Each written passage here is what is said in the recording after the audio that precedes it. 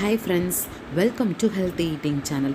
இன்றைக்கி நம்ம சேனலில் என்ன பார்க்க போகிறோன்னா, இந்த குவாரண்டைன் டைமுக்கு ஏற்ற ஒரு சிம்பிளான ரொம்ப லேசியான ஒரு டிஷ் தாங்க பார்க்க போகிறோம். ஆமாங்க, தக்காளி தொக்கு தான் பார்க்க போகிறோம். இந்த தக்காளி தொக்கை எதுக்கு வேணாலும் பயன்படுத்தலாம். இட்லி, தோசைக்கு சூப்பராக இருக்கும், சப்பாத்திக்கு ரோல் செய்யும் போது நல்லாயிருக்கும். அதே மாதிரி ஈவன் நான் பீஸா சாஸா கூட யூஸ் பண்ணியிருக்கேன், ரொம்ப சூப்பராக இருக்கும். வாங்க இதை எப்படி செய்யலான்னு பார்க்கலாம். அதுக்கு ஒரு கடாயில் வெறும் கடாயில் நான் வெந்தயம் எடுத்திருக்கேன், ஒரு ஸ்பூன் வெந்தயம் எடுத்திருக்கேன். நல்லா வெறும் கடாயிலேயே ட்ரை ரோஸ்ட் பண்ணிக்கோங்க. பண்ணிவிட்டு அதை பொடி பண்ணி வச்சுக்கலாம். அதுக்கப்புறம் ஒரு 2 ஸ்பூன் ஆயில் விட்டுட்டு, நல்லெண்ணெய் விட்டிங்கன்னா நல்லாயிருக்கும். ஆயில் விட்டுட்டு கடுகு ஒரு ஸ்பூன் போட்டுக்கலாம். கடுகு பொரிய ஆரம்பித்ததுக்கப்புறம் பெருங்காயம் கொஞ்சம் சேர்த்துக்கலாம். இதெல்லாம் செய்யும்போது அடுப்பில் ரொம்ப சிம்மில் வச்சுக்கோங்க, அப்போ தான் பெருங்காயம்லாம் கருகாமல் இருக்கும்.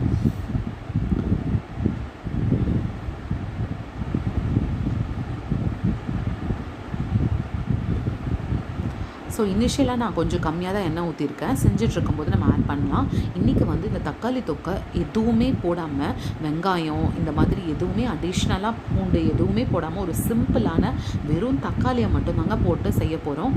நான் இன்றைக்கி ஒரு 1.5 கிலோ தக்காளி எடுத்திருப்பேன். அந்த தக்காளியை கொஞ்சம் பொடி பொடியாக நறுக்கி வச்சுருக்கேன். அதை நம்ம ஆட் பண்ணிக்கலாம். அப்புறம் மேலே ஒரு ஸ்பூன் நல்லெண்ணெய் ஊற்றி இது பண்ணிக்கலாம், கலரி விட்டுறலாம்.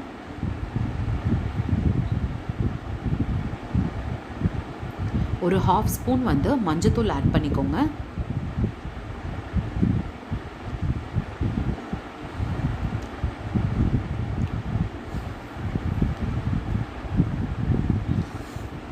ரொம்ப நீங்கள் பொடி பொடியாக கட் பண்ணணுன்னு அவசியம் இல்லை.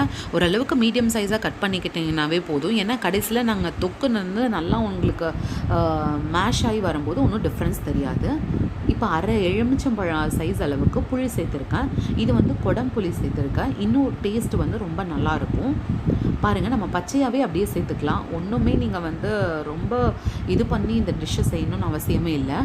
அப்படியே எல்லாத்தையும் ஆட் பண்ணிவிட்டு நீங்கள் ஜஸ்ட்டு மிக்ஸ் பண்ணி எடுத்து வச்சிங்கன்னா போதும், உங்கள் தக்காளி தொக்கு சூப்பராக ரெடி ஆகிடும்.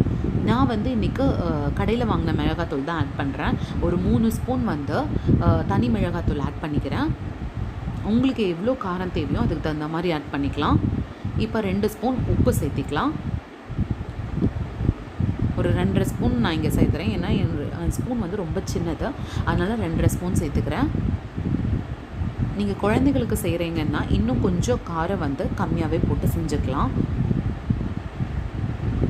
ஸோ எல்லாத்தையும் நல்லா மிக்ஸ் பண்ணி விட்டுட்டு ஒரு 15 மினிட்ஸ் வற்ற விட்டுடலாம். வேறு ஒன்றுமே செய்ய வேண்டியதில்லைங்க. அப்படியே சும்மா மிக்ஸ் பண்ணிவிட்டு ஒரு 5 மினிட்ஸ் ஒன்ஸ் மட்டும் எந்திரிச்சு பார்த்துக்கலாம், அவ்வளோதான். பாருங்கள், 15 மினிட்ஸ் ஆகிடுச்சு. நல்லா ஆரஞ்சிஷ் கலர்ஸில் நல்லா மேஷ் ஆகிடுச்சு நம்மளோட தக்காளி எல்லாமே. தக்காளிலேருந்து தண்ணி விடும், அதனால் நீங்கள் எதுவுமே சேர்க்கவே தேவையில்லை இந்த தொக்குக்கு. பாருங்கள், இன்னும் 15 மினிட்ஸ் ஆகிடுச்சோன்னா எந்த அளவுக்கு நல்லா வத்திருச்சு அப்படின்னு பாருங்கள். ஸோ நல்லா வத்திருச்சு. இன்னும் கொஞ்சம் லைட்டாக கெட்டி ஆகட்டும், அப்போ தான் இன்னும் தொக்கு ரொம்ப சூப்பராக இருக்கும். இதை சாதத்து கூட சாப்பிட்டிங்கன்னா, இதை செஞ்சு முடிச்சுட்டு அந்த வடைச்சட்டிலேயே நீங்கள் என்ன பண்ணலான்னா, ஒரு கைப்பிடி சாதத்தை போட்டு பிசைஞ்சு சாப்பிட்டிங்கன்னா அவ்வளோ சூப்பராக இருக்கும். பாருங்கள், எந்த அளவுக்கு நல்லா ரெட்டிஷாக கலராக நல்லா எண்ணெய் பிரிஞ்சு சூப்பராக வந்திருக்குன்னு பாருங்கள். உண்மையிலுமே பார்க்கும்போதே நம்மளுக்கு எப்படா செய்வோன்னு இருக்கும், அந்தளவுக்கு ரொம்ப டேஸ்டியாக இருந்ததுங்க. ஒன்றுமே போடல இதுக்கும். பாருங்கள், நல்லா நம்மளோட இது நல்லா எண்ணெய்லாம் பிரிஞ்சு வர ஆரம்பிச்சிருச்சு. நல்ல ரெட்டிஷ் கலர் கொடுக்க ஆரம்பிச்சது. ஃபஸ்ட்டு இப்படி ஆரஞ்சு கலரில் இருந்தது பாருங்கள். நான் எதுவுமே ஆட் பண்ணல. அந்த பொடி பண்ண இதை இடையில ஆட் பண்ணால் அது மிஸ் ஆகிடுச்சு. வேறு எதுவுமே எக்ஸ்ட்ரா ஆட் பண்ணல. பாருங்கள், நல்லா நம்ம ரெட்டிஷ் கலரில் நம்ம தக்காளி ஊறுகாய் ரெடி ஆகிடுச்சு. இதை தக்காளி தொக்குன்னு சொல்லலாம், ஊறுகான்னு சொல்லலாம். இது எல்லாத்துக்குமே, ஈவன் ரைஸுக்கு நீங்கள் பிசைஞ்சு சாப்பிட்டிங்கன்னா, வெறும் ரைஸுக்கு நல்லெண்ணெய் ஊற்றி இதை பிசைஞ்சு சாப்பிட்டிங்கனாலும் ரொம்ப சூப்பராக இருக்குங்க. இட்லி, தோசைக்கும் சூப்பராக இருக்கும். சப்பாத்தி நீங்கள் ரோல் செய்யும் போது அதில் ஸ்ப்ரெட் பண்ணி விட்டுட்டு உள்ளே ஏதாவது பன்னீர் ஸ்டஃபிங்கோ ஏதோ ஒன்று வச்சு ஆனியன் போட்டு கொடுத்தீங்கன்னா இன்னும் டேஸ்ட்டாக இருக்கும். நான் பீஸா செய்யும்போது கூட, பீஸா ரோலுக்கு அதை செய்யும்போது கூட இந்த பீஸா சாஸாக யூஸ் பண்ணேன். அதுக்கும் எந்த டிஃப்ரென்ஸும் இல்லை, ரொம்ப சூப்பராக இருந்துச்சு. ஒரே ஒரு டிஷ் நீங்கள் செஞ்சு வச்சிட்டிங்கன்னா போதும், எல்லாத்துக்கும் நீங்கள் யூஸ் பண்ணலாம் கண்ணை மூடிட்டு. ஸோ கண்டிப்பாக இது ஒரு வந்து குவாரண்டைன் டைமுக்கு நம்மளோட இதுக்கு வந்து கண்டிப்பாக ஏற்றதாக இருக்கும். ஏன்னா இந்த குவாரண்டைன் டைமில் ஒர்க் ஃப்ரம் ஹோமில் இருக்க லேடிஸும் நிறைய பேர் இருப்பாங்க. அவங்களுக்கெல்லாம் இது கண்டிப்பாக யூஸ் ஆகும். ரொம்ப டேஸ்டியாக இருந்ததுங்க, எதுவுமே போடாமல். இதை வந்து ஒரு கண்ணாடி பாட்டிலில் எடுத்து வச்சுக்கோங்க. நான் வந்து இன்றைக்கி சில்வர் பாட்டிலில் தான் எடுத்து வைக்கிறேன், நீங்கள் கண்ணாடி பாட்டிலில் எடுத்து வச்சுக்கோங்க. மறக்காமல் இந்த டிஷ் உங்களுக்கு பிடிச்சிருந்ததுன்னா ஹெல்த்தி ஈட்டிங் சேனலுக்கு சப்ஸ்கிரைப் பண்ணுங்கள்.